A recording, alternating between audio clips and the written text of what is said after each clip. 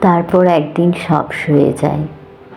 চলে যাওয়া, উপেক্ষা, আঘাত, অবহেলা, দুঃখ, প্রত্যাশা, তাচ্ছিল্য সব সয়ে যায়।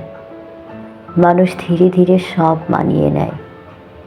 এভাবে সইতে সইতে একটা সময় সব অনুভূতিগুলো মরে যায়, আর মানুষটা পাষাণে পরিণত হয়। ভালো খারাপ, দিন রাত সব একই লাগে। আবেগের আনাগোনা বন্ধ হয়। শুধু পড়ে থাকে চলাফেরা করা মানুষের মুখের আদলে একটা পাথর।